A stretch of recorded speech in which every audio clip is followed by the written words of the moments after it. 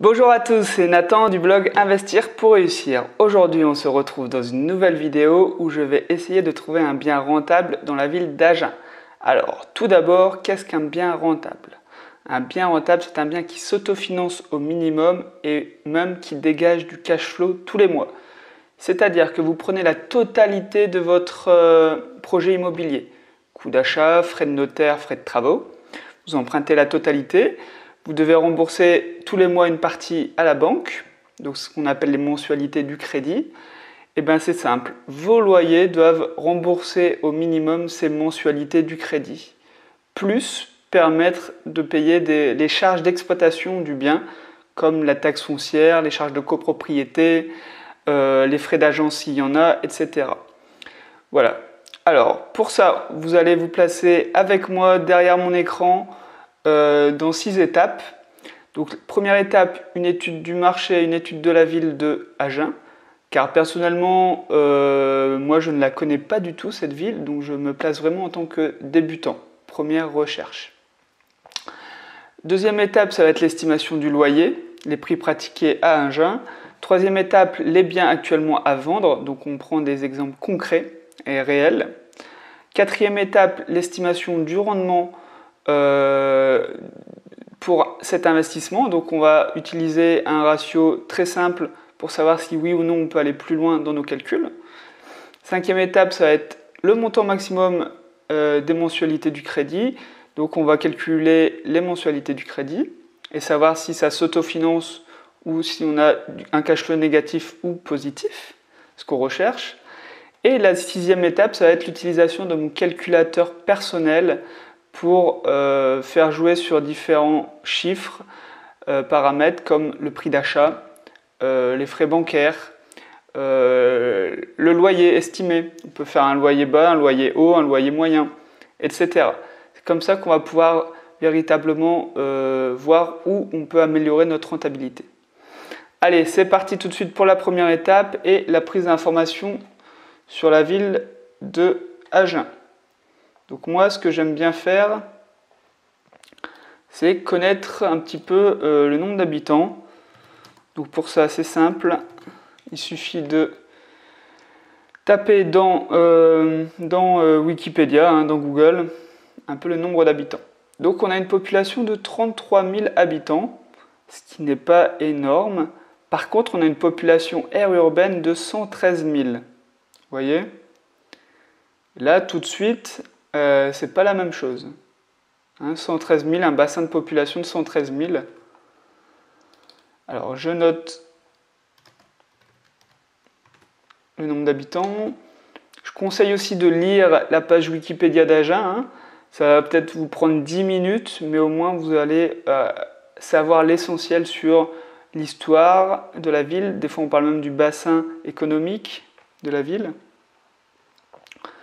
On apprend aussi que c'est la préfecture du département de Lot-et-Garonne. Donc ça veut dire qu'il y aura des bâtiments administratifs, il y aura des personnes de l'administration qui vont venir travailler dans cette ville.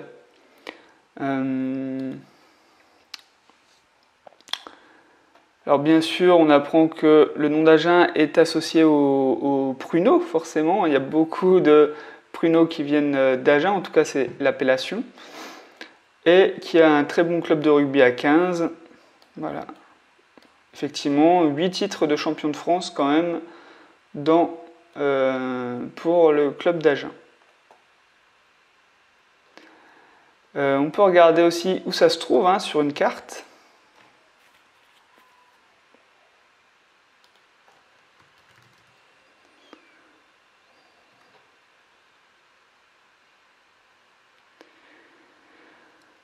Donc,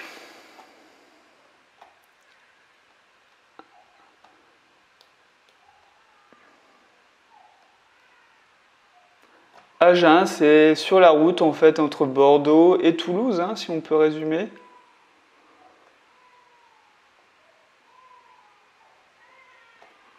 Bordeaux, Toulouse, Montauban.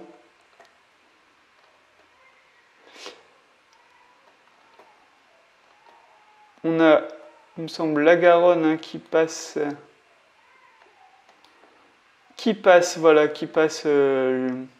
à l'extrémité de la ville.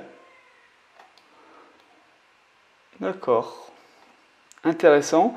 On va regarder s'il y a des universités à Agen, parce que qui dit université dit étudiant et dit bon locataire, parce que sont les parents qui payent tout simplement et ils rentrent tous les week-ends chez leurs parents, donc il n'y a pas trop de problèmes. Donc il y a un centre universitaire, mais pas de site web associé. Sinon, il faut taper directement dans Google nombre d'étudiants Agen.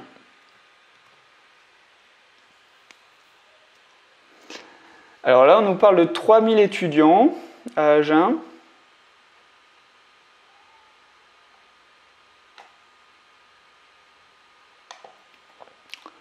On va essayer de confirmer ces chiffres.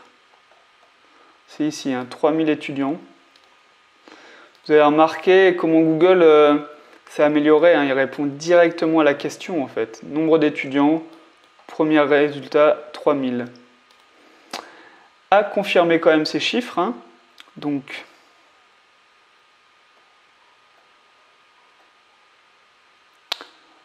là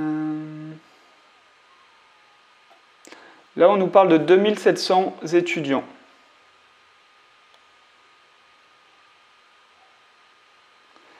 Bon, ce qui est intéressant pour une ville de 30 000 habitants, mais pour un bassin de 110 000, c'est pas énorme. C'est pas énorme.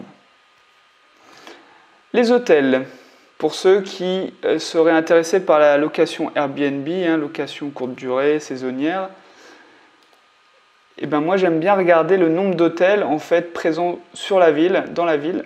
Pourquoi? Parce que si ces groupes hôteliers ont décidé de construire un hôtel et d'exploiter un hôtel à Agen, c'est qu'il y a un marché locatif, tout simplement. Ils ont fait des études bien plus approfondies que nous en tant que particuliers, et les résultats sont que apparemment on peut s'installer à Agen pour faire de la location courte durée. On voit bien ici, il y a des gros Ibis, des grosses chaînes. Campanile. Voilà. Et donc là, il y en a 1, 2, 3, 4, 5, 6, 7, 8, 9, 10, 11, 13, à peu près 13. 13 hôtels, donc c'est plutôt une bonne chose pour vous si vous voulez faire de la location courte durée. Alors maintenant, les hôpitaux. Ou déjà un hôpital. Alors moi j'aime bien les hôpitaux parce que en fait ça attire toujours du monde, que ce soit pour le personnel soignant déjà qui travaille, qui a besoin de se loger à proximité, mais aussi pour la famille des patients qui est hospitalisée. Pourquoi? Parce qu'ils vont souvent venir accompagner en fait le patient pendant 3, 4, une semaine à côté de l'hôpital et vont avoir besoin de se loger. Ok, donc on aurait deux hôpitaux principaux, un petit peu à l'écart de la ville quand même, faut le dire. Ok, on va regarder.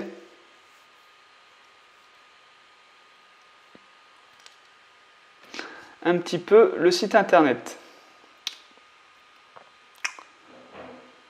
Alors nous, ce qu'on va chercher, ça va être les chiffres clés. Ça veut dire combien il y a de personnes qui travaillent et combien il y a de lits dans le service.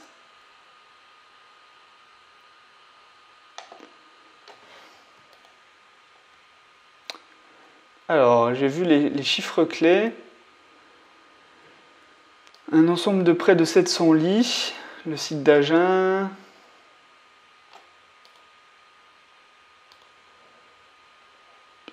Voilà, on retrouve en fait ces trois sites. Site de Nérac. Site de Nérac. Voilà.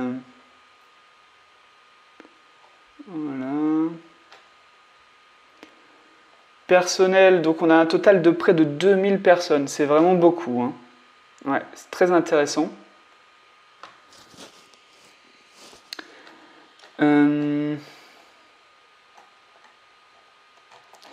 Et on nous parlait de...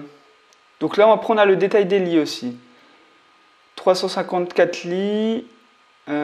Ici, 225 lits. Par contre, il y a beaucoup de lits en EHPAD, donc on ne va pas vraiment les compter. Ce ne seront pas des personne... Enfin, je dis ça, mais en fait si, hein, parce que la famille va peut-être quand même venir rendre visite à ces personnes âgées. Hein.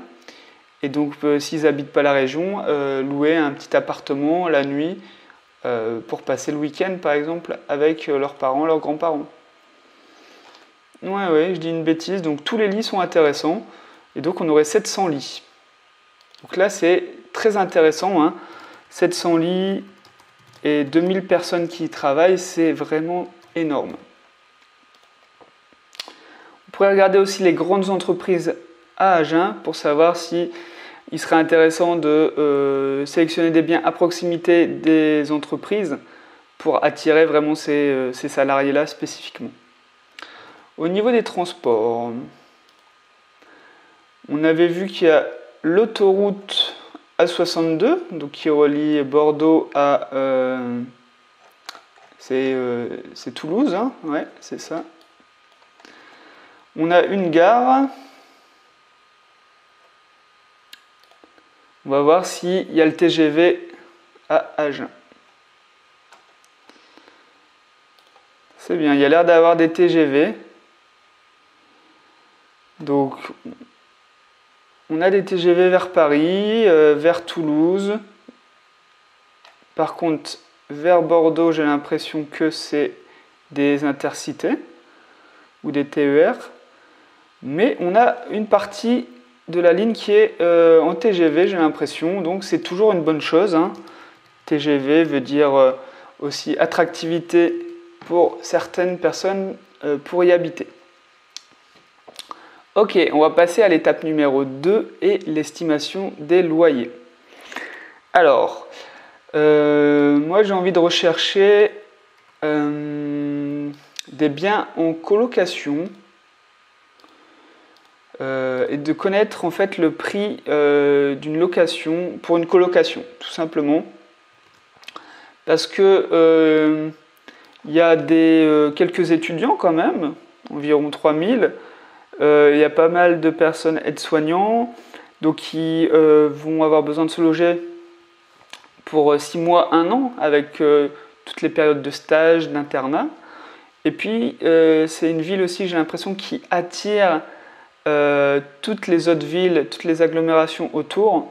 Et donc, je pense qu'il y a aussi beaucoup de jeunes travailleurs, en fait, qui vont venir à Agen et donc qui vont, pourquoi pas, choisir le mode de colocation pour se loger. Donc je vais aller sur le site du Bon Coin. Pourquoi? Parce qu'ils ont une fonction recherche colocation et ça c'est bien pratique.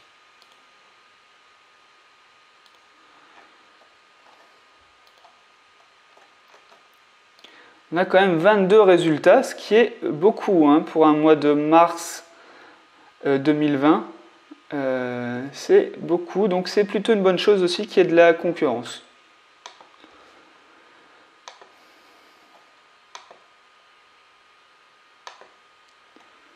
Ok, bon, bah, je prends trois annonces au hasard hein, et je vais noter un peu les prix pratiqués. Donc on apprend beaucoup de choses aussi en lisant les articles, hein, les annonces. On va apprendre qu'il y a un marché couvert, la gare, Porte du Pin, qu'est-ce que c'est on va en apprendre beaucoup sur la ville. Donc là on est sur du 370 €.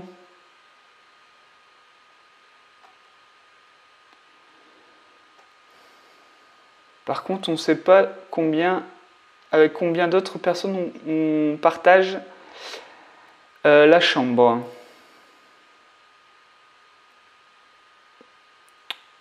Ok, bon, 370 €, on va noter.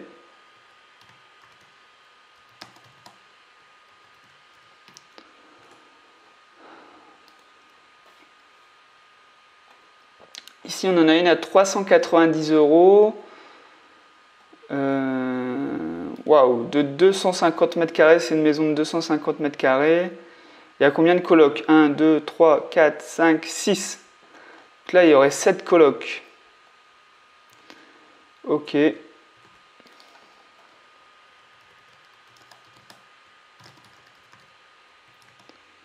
Sept colocs, 250 mètres carrés, c'est énorme. C'est énorme. Ok. Ici, il y a une colocation quartier fac de droit. Donc 2 chambres en colocation, 400 € la chambre. Ok.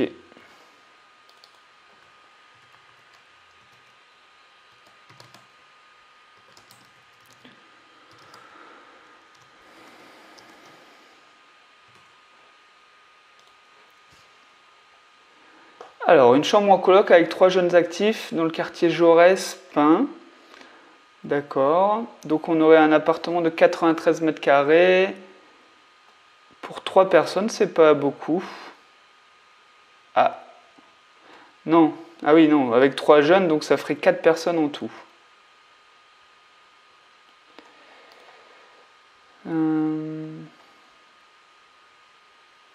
Donc c'est 390 €. Ok. 390 €. 4 colocs et 93 mètres carrés. Ok, bon, bah, je pense qu'on a une idée déjà du prix pratiqué pour une colocation. Hein. On est dans les 370, 380. Je vais même mettre 370. Je vais prendre le prix le plus bas. Je prends pas de risque. Je prends pas de risque. Ok, bah on va tout de suite pouvoir passer maintenant à la 3e étape et la liste des biens à vendre actuellement à Agen. Donc nous, ce qu'on va chercher, ça va être à créer une colocation. Hein. Donc, pour créer une colocation, moi je conseille au minimum 3 colocataires hein, pour vraiment maximiser l'espace. Et on va même essayer de viser 4 colocataires, nous. Donc il nous faut un espace de 85 mètres carrés minimum pour être certain d'avoir la place nécessaire. Hein. Moi j'aime bien aussi créer 2 salles de bain quand il y a 4 colocataires. Permet d'avoir son intimité quand même, une meilleure intimité pour les colocataires. Donc là j'ai changé de site, j'utilise le site bien ici. Vous allez voir pourquoi j'aime bien ce site.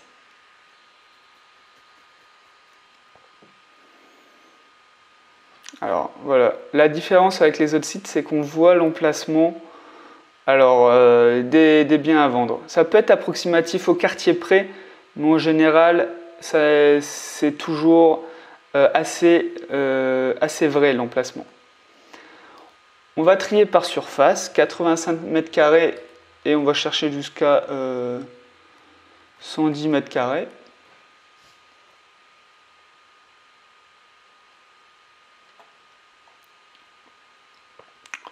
Oula, on a un appartement seulement 77 000 €.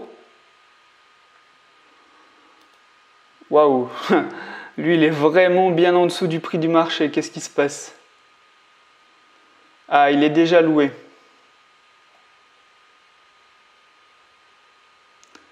D'accord, il est loué. Vous voyez, souvent, quand on vend un appartement loué, eh ben, on le vend moins cher que s'il était vide. Parce que, en fait, le vendeur a vraiment besoin d'argent pour le vendre maintenant alors que l'appartement est loué.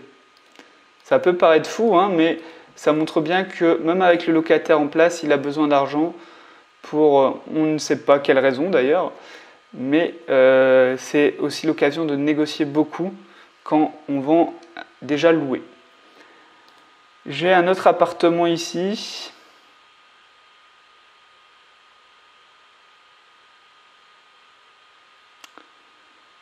D'accord. On ne nous dit pas s'il est déjà loué, mais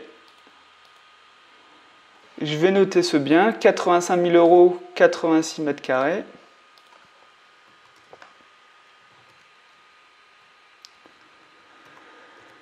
C'était un T4, ok. Ici, on a une maison, un appartement, un autre appartement, donc 94 mètres carrés. T3, 94 mètres carrés, 129 000 €.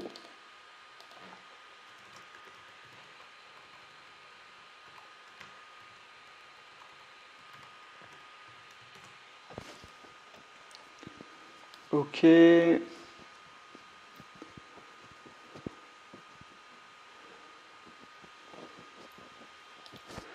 Je regarde en même temps hein, les autres annonces, même si c'est vrai que les prix sont beaucoup plus élevés que les premières annonces qu'on a pu voir, hein, 196 000 €. T4, 96 mètres carrés.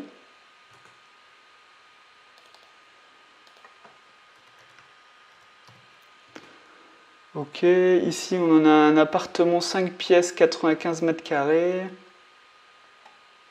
avec déjà 4 chambres, et une belle terrasse. Effectivement, là on a une belle terrasse. Hein. Ouais, des beaux volumes, je trouve. La cuisine est déjà sympa. Hein. Ouais.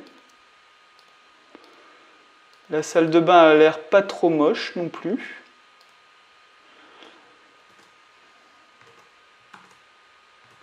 Donc 114 000 €, 95 mètres carrés. T5, hein. Il y a 4 chambres déjà.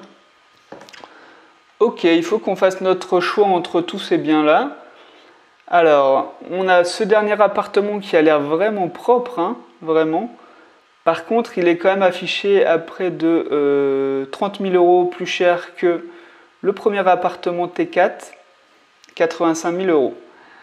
Alors, moi, je vous préconise toujours de choisir le bien le moins cher parce que la bonne affaire se fait vraiment à l'achat. Bien sûr, il y a une partie négociation, bien sûr, il va falloir essayer de faire baisser le prix, mais plus le prix est déjà bas, en fait, plus on a de chances de négocier encore le bien. Ça paraît fou, mais en fait, ça veut dire que le vendeur est prêt à faire des efforts pour vendre et est prêt à baisser son prix. Voilà, donc je vais plutôt m'orienter tout de suite vers les biens les moins chers.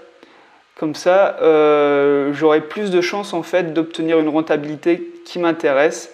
Et donc je gagne du temps. Alors que si je visais tous les biens les plus chers, enfin les plus jolis, mais aussi les plus chers, eh ben, je perdrais plus de temps à essayer de faire baisser le prix de manière plus importante en plus.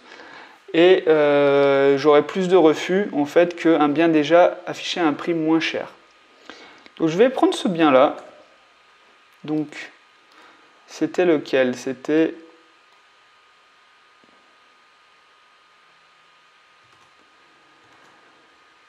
celui-ci.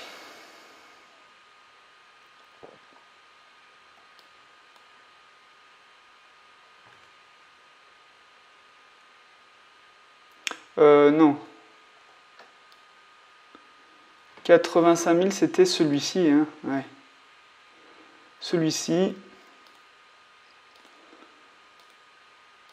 Donc les chambres encore sont assez propres. Par contre, j'imagine qu'il faudra refaire la cuisine et la salle de bain existante. Hein. Je vais partir là-dessus pour créer de la valeur. Ok.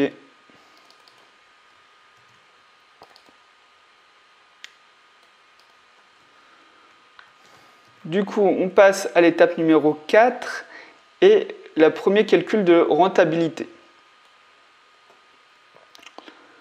Donc, on a un bien affiché à 85 000 €. On aura des frais de notaire d'environ 8 à 9 %, c'est-à-dire, on peut dire 7 500 €. Les coûts des travaux, alors là, ça va être une estimation. Il va falloir faire passer au moins 2 artisans pour avoir 2 devis. Moi, j'aime bien donner 300 € le mètre carré pour des petits travaux et 500 € le mètre carré pour des plus gros travaux. Donc, sachant qu'on va avoir la cuisine et 2 salles de bain à refaire, plus une chambre. Donc, la cuisine et 2 salles de bain, moi, je compte 4 000 € par pièce. Donc, ça nous fait déjà 12 000 € de travaux. La chambre, on va voir si on peut la créer à partir du salon cuisine, en fait, essayer de compresser la cuisine et le salon pour créer un espace chambre, en fait. J'en ai pas parlé, mais il va falloir forcément visiter le bien pour l'agencement, savoir si l'agencement permet de faire ce type de transformation dans cet appartement. Des fois, ça ne sera pas possible, Mais là, nous, on est en virtuel, donc on est obligé de faire des simulations. Hein.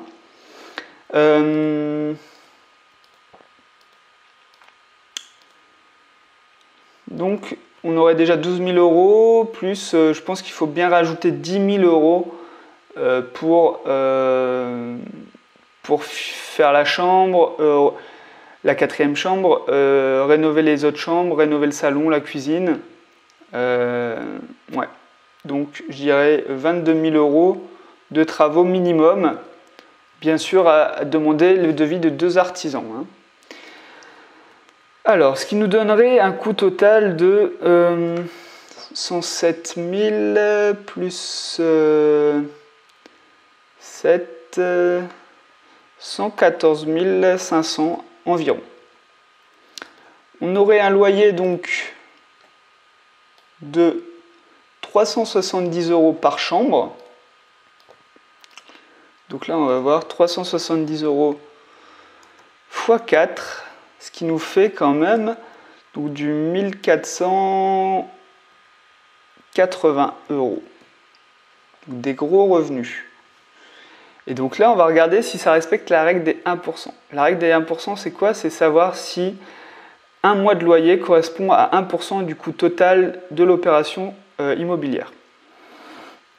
Donc ici, ça respecte complètement parce qu'on a 1480 euros tous les mois estimés. Et on aurait un coût total de seulement 114 000 euros en fait. Donc là, on respecte bien la règle des 1%. On pourrait acheter jusqu'à 148 000 euros en fait le bien pour respecter la règle des 1%. Et là, c'est vraiment énorme hein, comme rentabilité déjà en première estimation. Alors bien sûr, c'est parce qu'on a fait de la colocation. Hein. On aurait loué cet appartement classique à un couple, une famille, peut-être 700, 800 euros. Je ne connais pas les prix exactement de la ville d'Agen, mais imaginez même qu'on loue 1000 euros. Et bien là, on espère louer 1480 euros. Donc c'est près de 50% d'augmentation du loyer. C'est comme ça qu'on arrive à avoir des biens rentables et à avoir de l'autofinancement et du cash flow. Ok, bah parfait. On va passer du coup à l'étape numéro 5. Et le calcul des mensualités du crédit. Donc, on aurait un coût d'opération total de 114 500 euros, un loyer estimé de 1480 euros.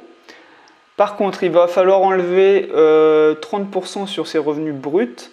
Pourquoi? Parce que déjà, la banque va appliquer ce barème pour étudier votre dossier immobilier. Ils savent que vous allez avoir la taxe foncière, la taxe de copropriété, les charges, l'assurance propriétaire non occupant, peut-être que vous allez faire gérer par une agence, je ne parle même pas des impôts. Donc ils savent que vous allez avoir beaucoup de frais en fait, d'exploitation et donc ils enlèvent 30% et honnêtement c'est plutôt une bonne chose pour vous et pour eux de faire le même calcul donc en enlevant 30%. Donc on enlève à peu près 150 euros, ce qui nous donne du 1280 euros à peu près. Et donc on va regarder si on emprunte 114 000 euros sur 20 ans. Donc bien sûr, il faut emprunter sur la durée la plus longue, hein, c'est ce que je vous conseille. Pourquoi? C'est pour avoir des mensualités les plus petites, bien sûr. Et qui dit mensualités les plus petites dit aussi tout simplement un meilleur cash flow. Ça veut dire que tous les mois, vous gagnez plus d'argent, vu que tous les mois, vous remboursez moins d'argent. Donc c'est simple, hein, on peut rapidement voir l'exemple. Hein. Sur 15 ans, on aurait 723 euros de mensualité. Et sur 20 ans, 575 euros. Donc c'est potentiellement près de 150 euros de plus dans votre poche en fait, tous les mois. Alors bien sûr, vous allez me dire le coût de crédit total va être plus élevé sur 20 ans, ça c'est vrai, mais ce qu'il faut voir c'est que ce sont les locataires qui payent ce crédit. Ce n'est pas vous qui déboursez de l'argent de votre poche, c'est ça le plus important. Ok, donc sur 20 ans, avec un taux, par contre il va falloir faire des efforts, hein, on va emprunter la totalité. N'espérez pas avoir le meilleur taux possible, hein. Visez plutôt du 1,8 en ce moment, il n'y a pas de problème. Par contre, pour le taux d'assurance, là, vous pouvez espérer avoir un peu mieux. 0,1, ça me paraît bien. Moi, j'ai eu 0,07%. Voilà.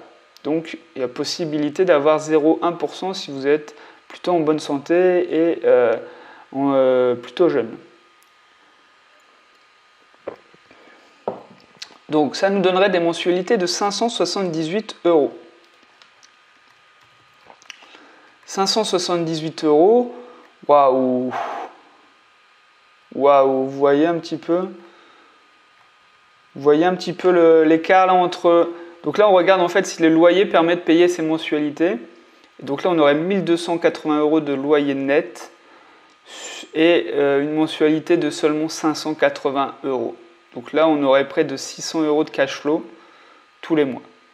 Alors bien sûr, on va passer à l'étape 6. Hein, et vous allez voir que les chiffres, pour une colocation, il faut prendre un peu plus que 30% de marge. Mais ça s'annonce très très bien. Hein. Donc, on a 87 mètres carrés. Le prix est vraiment pas cher. Hein. 85 000 €. C'est vraiment un prix assez bas. Hein.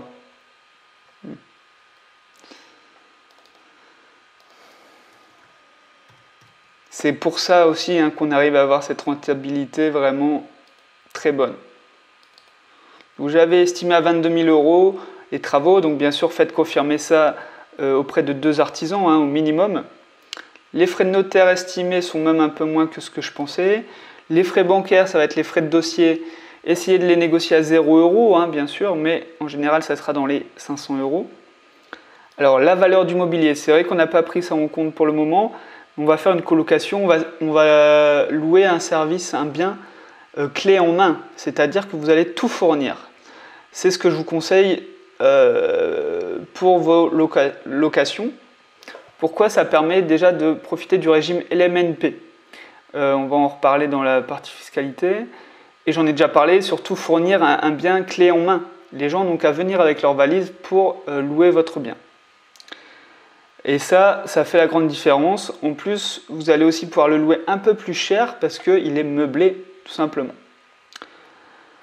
Donc, il faut prendre en compte la valeur du mobilier dans le total de l'opération. Hein. Donc, moi, je compte à peu près 1500 € par chambre, avec le lit, l'armoire, le matelas, une lampe et le bureau. Voilà. Donc, et après, je compte à peu près 2000 € pour le reste, pour la cuisine, donc les ustensiles de cuisine, la vaisselle, la table, peut-être un canapé avec une télé aussi. Donc on est plutôt autour de 8000 € quand même de mobilier, ce qui n'est pas négligeable. Pour le financement, on va tout emprunter, donc les chiffres ne bougent pas. Alors la partie fiscalité, elle est propre vraiment à chaque situation, hein, parce que vous savez que vos revenus dans l'immobilier sont taxés par rapport à votre tranche d'imposition. Donc par rapport à vos revenus salariés, vous pouvez être dans une tranche à 14-30%. Donc chaque euro touché dans l'immobilier sera taxé par exemple à 30% si vous êtes à 30%, à un taux à 30%. Mais en fait, c'est pas tout. Il faut rajouter aussi les prélèvements sociaux, la CSG, qui est de 17,2%. Donc vous pouvez vite arriver à 47,2% d'imposition sur chaque euro touché dans l'immobilier. J'aime le rappeler, mais chaque euro touché, ce n'est pas ce qui va dans votre poche. Hein. C'est ce qui vous permet déjà de rembourser le prêt, de payer la taxe foncière, de payer toutes les autres charges. Donc c'est loin d'être l'euro qui va dans votre poche. Donc ça, c'est très important. Alors grâce au régime LMNP, la location meublée, en fait, vous allez pouvoir amortir le prix d'achat du bien sur 30 ans. Donc ici, c'est 85 000 €. Donc sur 30 ans, ça fait près de 3 000 € à amortir chaque année, en fait, dans vos comptes, dans la partie déficit et revenus. D'accord ? Vous allez aussi pouvoir amortir les travaux, donc ça c'est pareil en location nue. Et vous allez aussi pouvoir amortir le prix du mobilier. Donc les 8 000 € sur 5-6 ans. En fait, ça permet d'avoir du déficit qui se crée. Et comme ça, vos revenus ne dépassent pas votre déficit en fait. Année après année, vos revenus vont se rapprocher de votre déficit. Et bien sûr, au bout d'un moment, vous allez payer des impôts. Mais ce qu'il faut comprendre, c'est que en général, surtout là, on a 22 000 € de travaux, on a 8 000 € de meubles. Pendant 5-6 ans, vous ne paierez pas d'impôts sur ces revenus immobiliers en LMNP. C'est ça la grande magie du LMNP, c'est vraiment de pouvoir amortir le prix du bien et le prix du mobilier. Donc je vous conseille vraiment pour un premier investissement de vous rapprocher et de vous renseigner sur le régime LMNP, c'est vraiment le plus intéressant. Après moi je ne vais pas aller plus loin sur la partie fiscalité, ça dépend vraiment de votre situation. Mais j'espère vous avoir donné les grandes lignes du fonctionnement de la fiscalité dans l'immobilier. Ok, donc la partie recettes locatives. Il faut prendre ça aussi en compte, c'est-à-dire une vacance. Vos appartements ne seront pas loués 24 heures sur 24 toute l'année. Surtout en colocation, vous allez avoir des trous donc, et de la rotation. Donc moi, je compte un mois de location sans, comme si votre logement était vide. Donc dans mon calculateur, ça correspond à 8%. 8% du temps. Alors, maintenant, le prix du loyer. Donc, on espère avoir 1 480 €, donc 370 € par chambre. Les charges. Donc, si on fait appel à une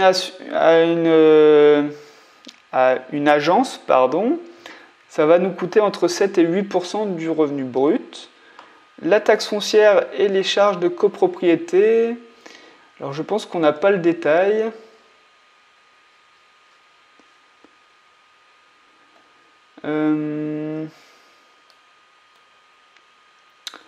Par contre, on a le détail des charges annuelles de copropriété. Donc 516 €, c'est vraiment pas cher. C'est vraiment pas cher. Par contre, la taxe foncière, on va devoir l'estimer et la demander au propriétaire, hein, bien sûr, c'est important. Peut-être 600 €, peut-être 650 €, je ne sais pas. Combien coûte une taxe foncière approximativement à Agen? Et même la taxe foncière peut varier vraiment entre deux immeubles dans deux rues différentes, juste à côté, hein, mais ça peut varier du simple au double. Voilà, donc vraiment demander la taxe foncière, c'est très important. Au niveau des réparations, là c'est également approvisionné. Hein. Vous allez toujours avoir des frais pour réparer votre bien immobilier. Donc moi je compte un demi-mois de loyer, donc 740 € dans notre cas. Un plombier, une fenêtre cassée, une porte, etc. Ça va très très vite. Et il faut le provisionner. L'assurance propriétaire non occupant qui est obligatoire, pour un grand appartement, ça sera dans les alentours de 200 €. Alors, les frais d'entrée-sortie facturés par l'agence, moi je paye 75 € dès qu'il y a une entrée et une sortie. Donc on peut provisionner 2 départs par an de colocataires et donc on peut estimer à 150 € de frais chaque année pour l'entrée et la sortie. Ok. Donc on a des premiers retours sur investissement, le premier chiffre, rendement brut et rendement net de 10,51%, ce qui est vraiment énorme. Mais le plus important, c'est vraiment de savoir l'argent qui rentre dans notre poche ou l'argent qui sort de notre poche. On appelle ça le cash flow. Donc ici, il ne faut pas prendre en compte cette partie-là, c'est la fiscalité. Non, ce qu'il faut regarder, c'est vraiment ici. Le cash flow net par mois, qui est quand même de 450 €. Alors là, c'est vraiment énorme. Hein. Imaginez, vous augmentez vos revenus de 450 € tous les mois. En plus, vous avez un bien immobilier qui se paye et dans 20 ans, vous avez un patrimoine de 85 000 € qui se crée tout seul. Honnêtement, là, c'est une affaire comme j'en ai rarement vu. Ouais, comme j'en ai rarement vu, hein, honnêtement. Donc, je vais enregistrer ce scénario. Surtout que là, on n'a rien négocié, hein. On n'a pas fait baisser le prix.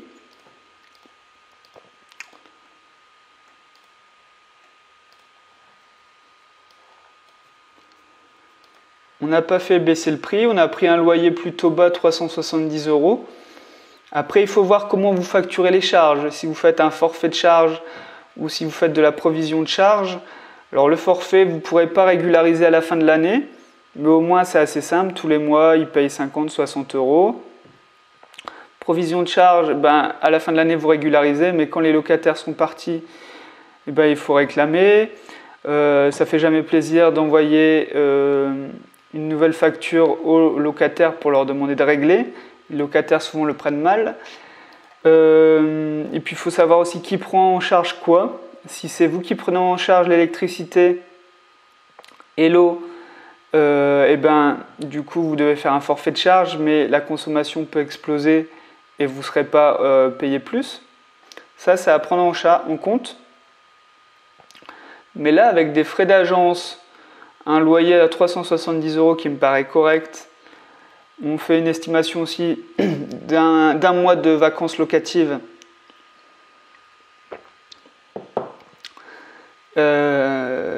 Ça me paraît plutôt très bien. On peut estimer, alors peut-être que le montant des travaux sera plus élevé.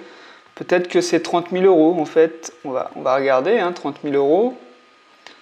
On aurait quand même 413 € tous les mois. C'est vraiment énorme. Donc 413 €. Je vais enregistrer ce scénario quand même. Enfin, travaux 30K. Et puis, on peut négocier, on va négocier quand même, hein. On va toujours essayer de négocier. Imaginons qu'on fasse baisser le prix de 5 000 €. Hein, ce qui n'est pas grand chose. Et bien là, même avec des travaux qui ont été réévalués à 30 000 €, et ben on est